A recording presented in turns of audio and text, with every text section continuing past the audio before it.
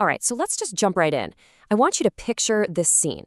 You've got a beach, a charcoal fire smoldering, and then there's Peter. Remember, this is the guy who, just a little while ago, publicly denied he even knew Jesus.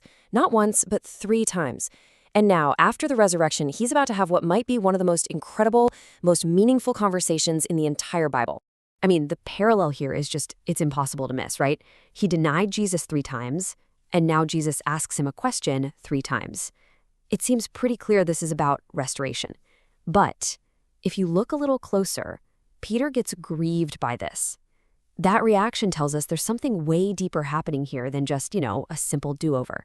So what's really going on? What's the hidden meaning in this whole back and forth?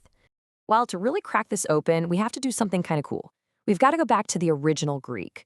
See, something huge gets lost when we read this in English. There are actually 2 totally different Greek words for love being used here, and they are the absolute key to unlocking what's really happening.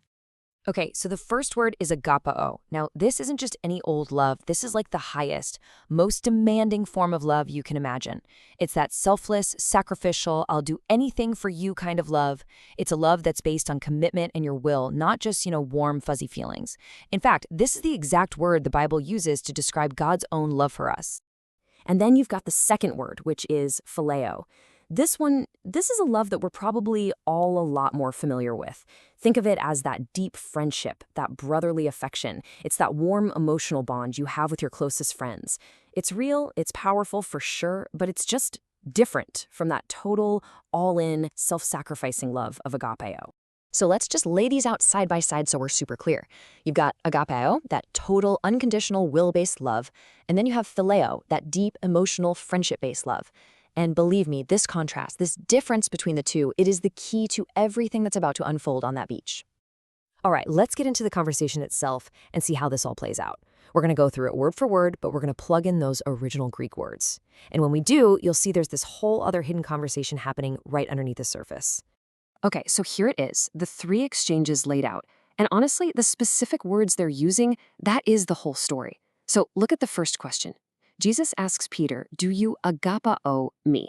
He's asking for that total sacrificial love. But Peter's response? You know I phileo you. He can only offer the love of a friend. Then Jesus asks him a second time. Again, do you agapao me? And what does Peter say? The same thing. You know I phileo you. Now this isn't Peter being stubborn. This is raw, painful honesty. After failing so badly, he can't promise that perfect love anymore. He knows he's not capable of it on his own. And this right here is the turning point. For the third question, Jesus switches words. He asks, do you phileo me? He comes down to Peter's level, and that changes everything. So the text says Peter was grieved. But why? You might think it's just because he was being asked a third time, a painful reminder of his 3 denials. But it's so much more than that.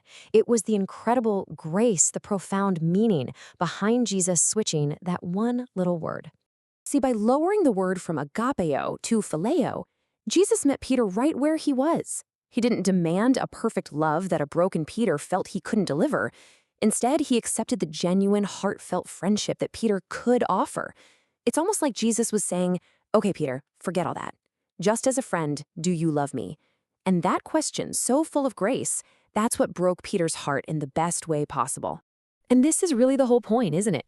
Jesus doesn't reject Peter's, lesser love. He doesn't say, nope, not good enough. Come back when you can give me that perfect agape love. No way. He honors Peter's honesty. He meets him in that place of failure and humility, accepts the love he's offered, and then, right there in his weakness, he gives him his mission. Feed my sheep. It's just incredible.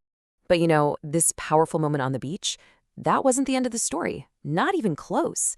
In fact, you could say it was the real beginning, the starting point for Peter's journey into becoming a man who could live out the very love Jesus asked for in the first place. And this is where the story comes full circle in this beautiful, kind of ironic way. The very man who felt so broken he couldn't even promise agape love, well, he would go on to live it out in the most extreme way imaginable. Tradition tells us that years later, Peter was martyred for his faith in Rome. That's the definition of agape love in action.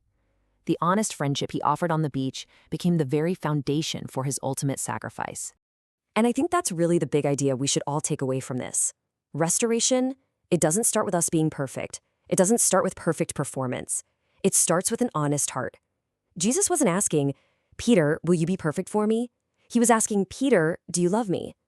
And from that one honest, humble yes, from that starting point, Jesus built a leader, a life of faithfulness, and ultimately, a life of incredible sacrificial love.